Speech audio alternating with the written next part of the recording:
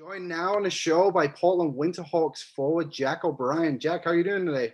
I'm good. How are you doing? I'm good. Thanks for joining me. I appreciate you taking the time here. It's good Yeah, to. of You're course. the first Winterhawk I've had on the show, so welcome. Uh, Thank you.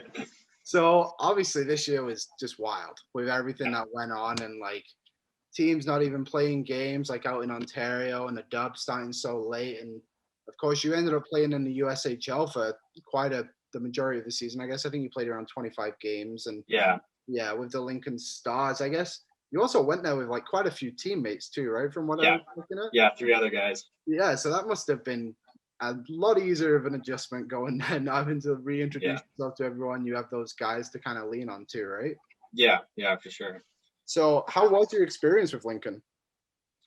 Honestly, it was pretty challenging. I mean, from the hockey side at least. But I was skating with that with the Stars.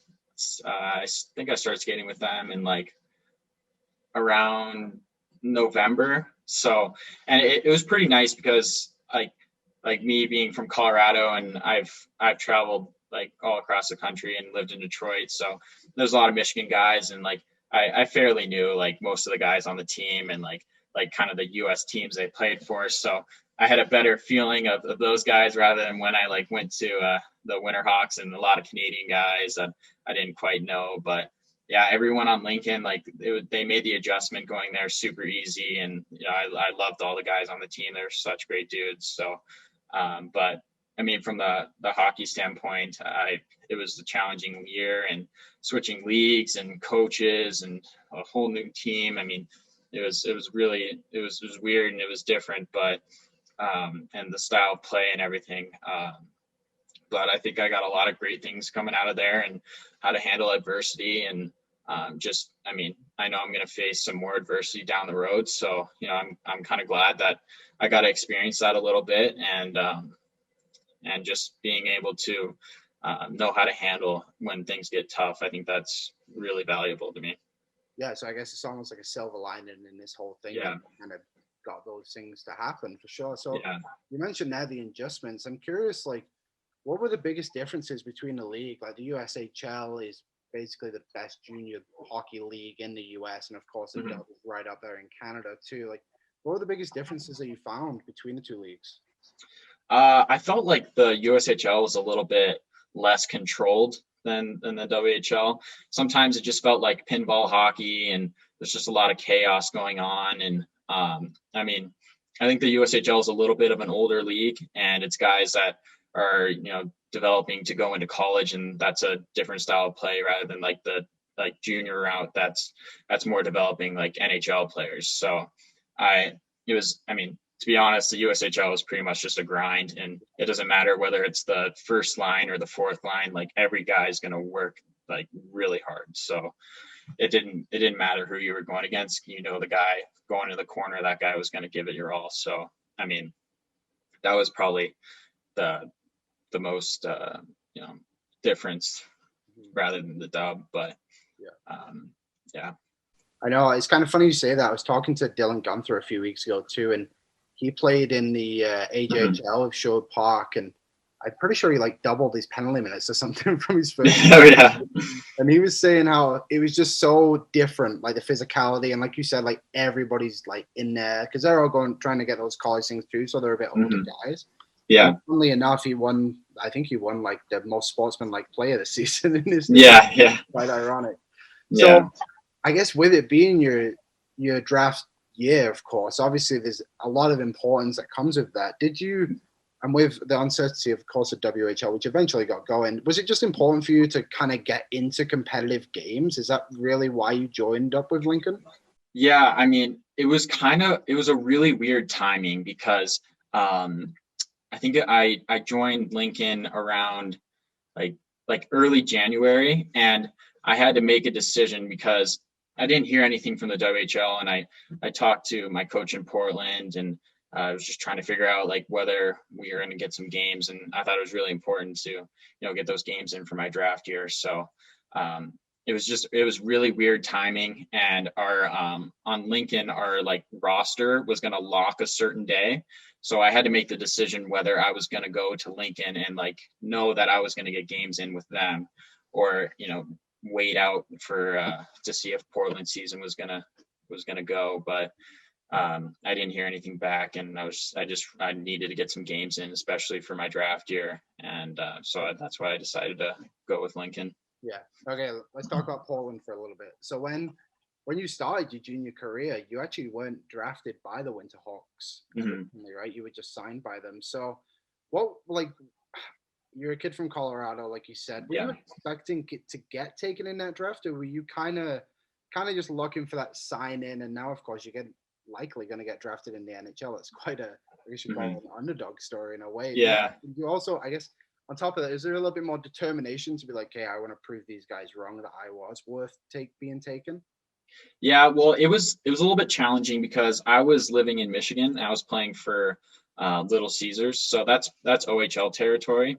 But I still had property back here in Denver, which made me eligible for the draft. But I also had a house in Michigan, so it was really confusing, and they just weren't sure if they could, you know, be able to draft me just because I was living in Michigan at the time. So, but I mean, they decided to list me, and I went to the camps and made the team. So, you know, I think going to the WHL draft, like, it wasn't like the, you know, biggest thing. Like, I was like, oh, I didn't get drafted. But yeah, I think there's not going in that and just kind of, you know, coming out of nowhere pretty much. I think that's, you know, given me a lot of motivation to prove like, yeah, like I'm a player. And you know, even though I didn't get drafted in the WHL, like I'm just as good, and I can, you know, produce in that league.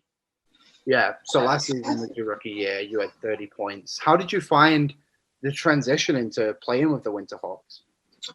It was definitely challenging at first. I mean, everyone's bigger, stronger, faster, and the game style is just, you know, you just can't get away with some things that you can in the lower level of hockey. But yeah, I mean, it took about, I mean, after our Christmas break, that's when I started playing with Jarvis and DeRoe. And I think that's where I gained most of my confidence and just believing in myself that, you know, I can play with high level guys like them. And yeah, I mean, first half of the year I was playing with two other rookies in the league, and it was a little bit of grind on the fourth line. But I thought, you know, I just went into practice every day with the mindset that, you know, I want to get up to that first or second line and play with the best guys on the team. And I really believed in myself. So, yeah, after Christmas break, that's when I really felt like I turned the wheels on, and that's when I was playing my best hockey. So I think for most people who know junior hockey, the Winterhawks are one of the high standard teams. Like, they're a good organization. They win a lot of games. Like, aside from like obviously being on the ice and having success there, like, what's the mentality like off the ice in that organization, and how much fun have you kind of had being around in like Portland and the Winterhawks? Yeah, I mean, their staff is just incredible. They're so professional. Mike, Don, and Kyle, they're just world-class coaches. And, you know, Don mostly works with the forward guys and the younger guys. So he worked with me a lot last year, and, you know, having a lot of experience in the league and knowing what it takes to make it to the next level and to win. It was just incredible working with them, and really looking forward to working with Mike and Don and Kyle for the rest of my time in Portland. And I mean, everyone on the team is so great. Everyone comes into the rink every day. I mean, obviously everyone's happy to be around each other, but I think everyone has a purpose. And whether it's in the weight room, during practice, flush after practice, like, it doesn't matter. Everyone's going in there for a purpose, and we all want to make it to the next level. Mm-hmm. So you only managed to get 6 games in with Portland this year after you, like you said, the USHL roster got locked. Yeah. You must be pretty excited to get back next season and play with the Hawks in front of fans and everything too. Yeah. Right? Like, yeah. Is that what you're most excited to get back to, and just like see the building full again? Yeah, especially in Portland. We had some fans in Lincoln and the USHL, so that was pretty cool to at least play in front of a crowd. But yeah, I mean, there's nothing like playing like a New Year's game with a few thousand people in the building. And yeah, the fan base in Portland is just incredible, and they just have so much love for the team. And I'm super excited to go back to Portland. Yeah, that's the best part about junior hockey, right? Just having like the town behind you and everything. Yeah, like that. yeah, So, exactly. Yeah, last few questions for you. Who's someone you've played with throughout not even junior hockey, like any time in hockey that you just felt like you've had a really good connection with, chemistry-wise, on the ice? Like, I'm not necessarily like a friendship, but someone who's every time you step out there, it's like, okay, we're probably going to get a couple of points tonight, or you've connected well. Yeah, I mean, I would say like Jarvis last year. I thought that once we started to get going, we had great chemistry, and he trusted me once I got over that blue line that I could find him. And I mean, he's a scorer, so he'd put the puck in the net.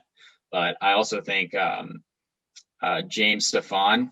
I've known him since I was 12. Played with him since I was 12, and playing with him on Little Caesars, I always felt like I knew where he was on the ice all the time, and that kind of went over to Lincoln when he went there with me. And I always felt like I knew where he was, and I know James can score. So yeah, I'd say Jarvis and Stefan. So last couple. For someone who hasn't seen you play, how would you describe yourself as a player? I describe myself as a two-way forward that has good defensive responsibility, and a player that can that has good deception with the puck, and can make some really high level plays, and has a high IQ and good skating ability, and just feel like I can see things that some guys can't see, and being able to make some passes, and being able to thread it like through guys' feet or their stick. I think that's the best way to describe myself. And last one for you. What are you most excited about for draft day? I mean, it's been my dream growing up as a kid getting drafted in the NHL. So hopefully I get picked. That would be, that'd mean the world to me. So that's what my dream is, to play in the NHL and get drafted. That'd mean everything to me. Well, best of luck with that, Jack, and thank you very much for joining me on the show today. Yeah, thank you, Liam. I appreciate it. You bet.